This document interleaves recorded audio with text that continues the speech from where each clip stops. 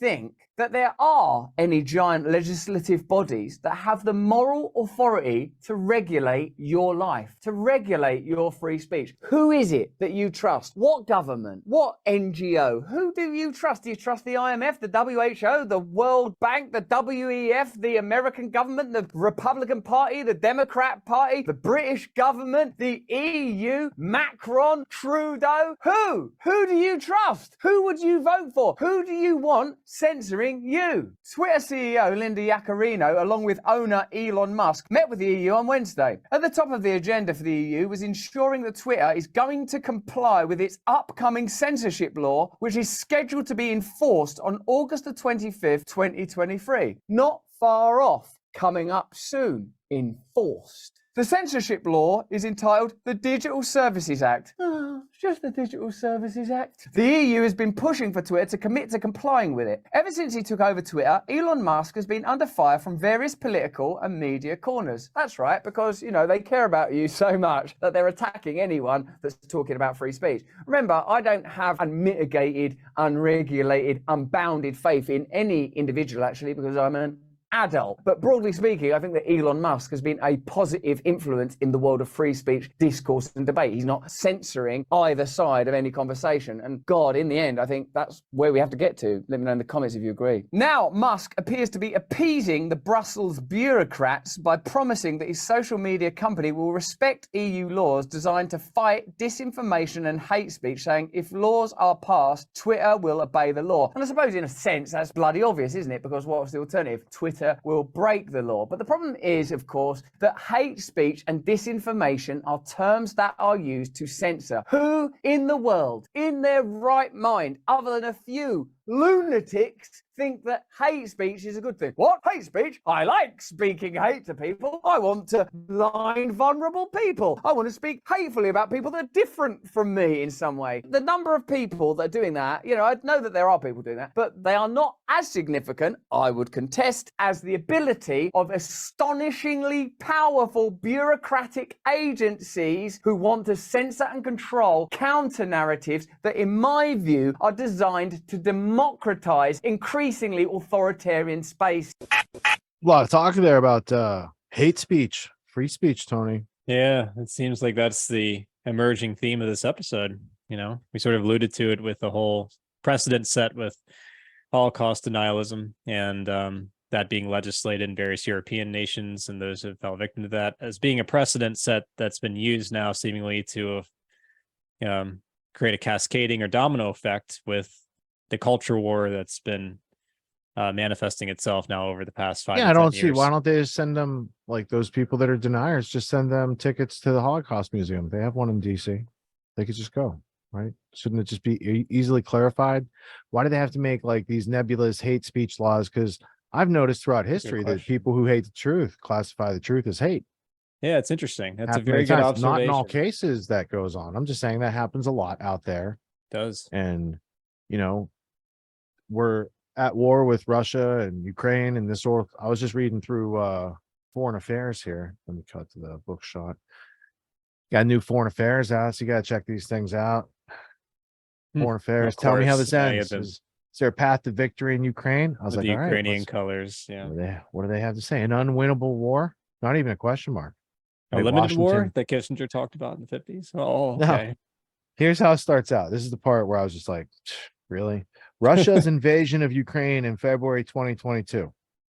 I couldn't even read past that because I was like, well, what about NATO encroachment on Russia for the past 30 years? What about Bringing all Maidan these countries, right?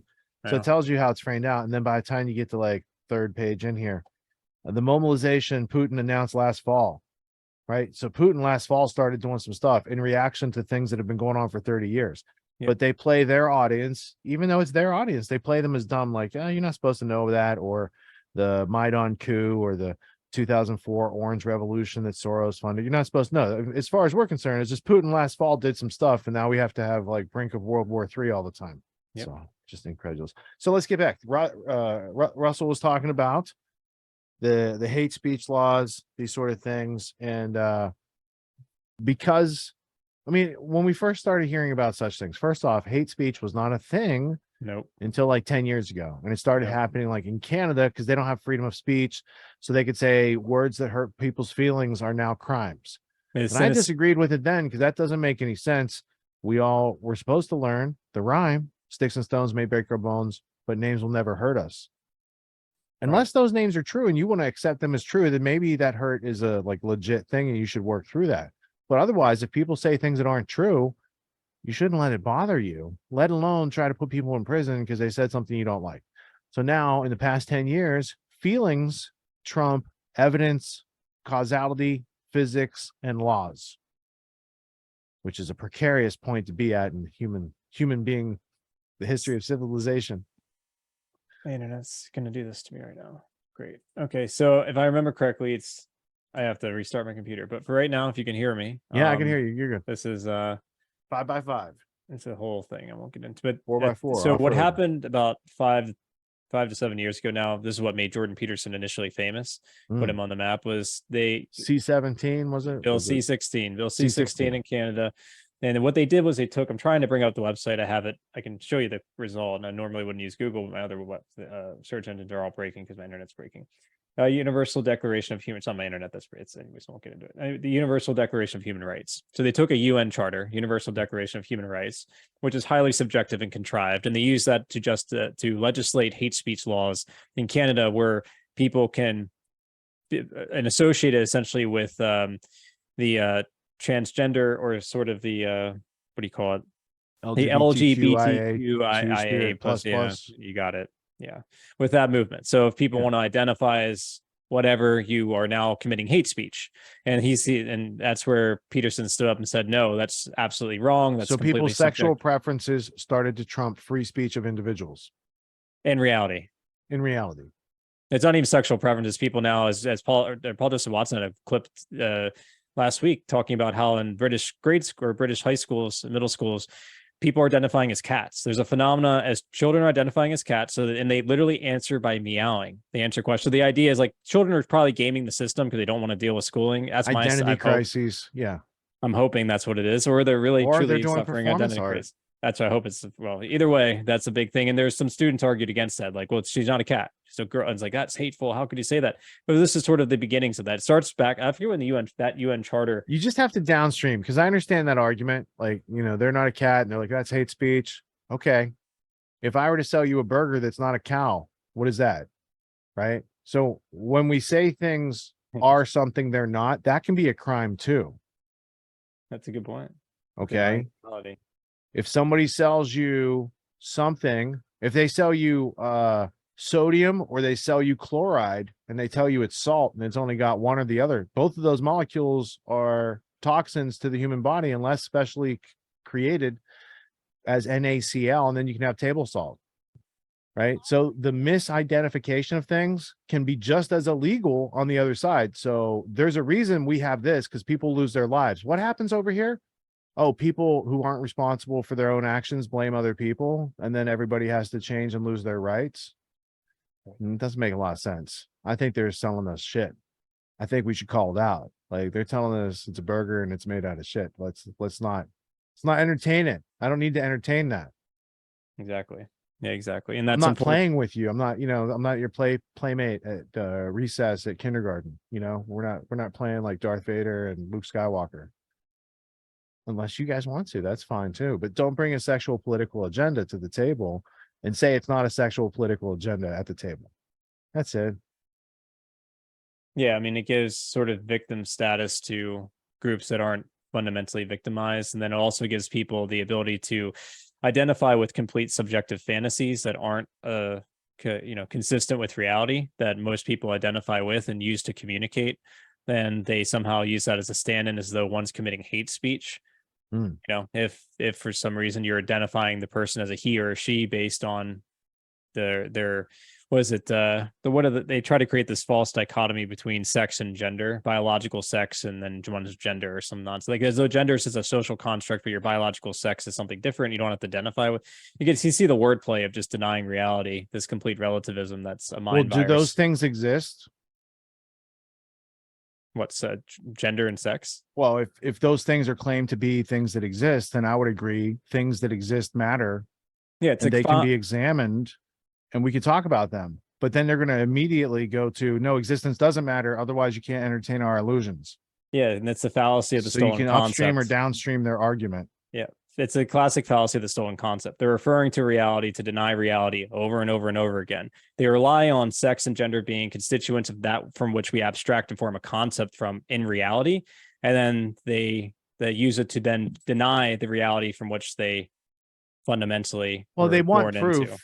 right? This is an example. They want proof, which depends on existence exists. We are conscious of it. Cause and effect exists. And therefore we think before we take actions. And then we can have some sort of proof. But if you want to say proof exists, all these other things then exist. Law of identification exists. If you're talking about proof and things making sense and not nonsense. Correct. And if they want to try to argue that that's just their proof, then my proof is to deny their proof. And then we're in a situation. It's not. Then we're in a situation where no one's talking to anyone. For other people. There's no communication. There's no recognition of reality. No one's talking with each other in those standpoints. Yeah, it ends up being chaotic and inherently self-defeating and inherently self-consuming. Yeah, discordians indeed. It's all discordians. It's all Robert Anton Wilson followers out there. Oh, the Discordian Popes, or whatever. Yeah, the Discordian Popes, I think was the reference. The Illuminatus trilogy. Yeah. There was an interesting. You want to see someone who appropriated quantum theory nonsense and made up a whole subjective relativistic philosophy. Then you want to see, and like he ended up falling back on like libertarian individualism from that somehow. I mean, you want to see a man embody contradictions on every scale of every philosophical level of abstraction possible. Robert Anton Wilson would be your guy. What makes the Grand Theft World podcast unique, invigorating, exciting, and informative? Most other podcasts out there are either doing straight up interviews or they're just covering the daily news. They're covering current events from the day they happened. And that is effective. It's useful. It's a great starting point. And then sometimes these current events change during the week past the first story. So we like to give it a little time. You have to wait till some of the dust settles on these stories in order to give them accurate coverage. And the other thing that's really missing in the media landscape is covering the articles that are coming out every day. That's great. That's necessary. But who's bringing in contextual history so that you can understand what has been going on for decades and decades to lead up to the machinations and actions that we see unfolding today? So what we do here on the podcast is we cover current events. Many of these things are censored, but we wait about a week. As a forensic historian, I focused mainly through my career on the history of globalism and collectivism and things that they call maybe the New World Order.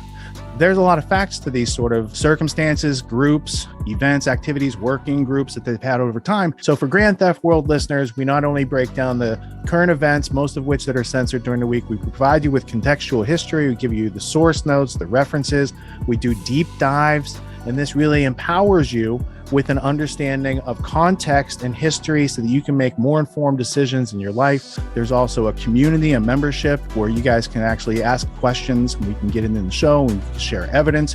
And there's a town hall weekly for Grand Theft World for those who listen to it and are interested in covering the stories that we don't get to during a 6-hour show. Listening to it an hour a day, you could easily consume the week's news, but you're going to have substance and meaning and context and understanding. And with that, you can make higher quality decisions in your life. So if you're interested in more quality in your life, go to grandtheftworld.com, click podcast at the top, and we'll see you there. Thank you. These allegations are false. This isn't Grand Theft Auto, folks. This isn't a video game. What are the most surprising things that you discovered once you started pulling on that thread? Who he was connected to, what institutions he was influential over, what events he participated in? Come on, man. What are we talking about? Come on, man. No. You don't have to think about it, dude. I got this quote because you said you didn't know much about Klaus Schwab. I made it my job to, as soon as this happened, I'm like, okay, this guy's their front man. Let me learn about the official history of the World Economic Forum. I got their 40-year history. I got every book that Klaus Schwab has written or ghostwritten. I went through those books. This is one of the most interesting passages. Come on, man. Come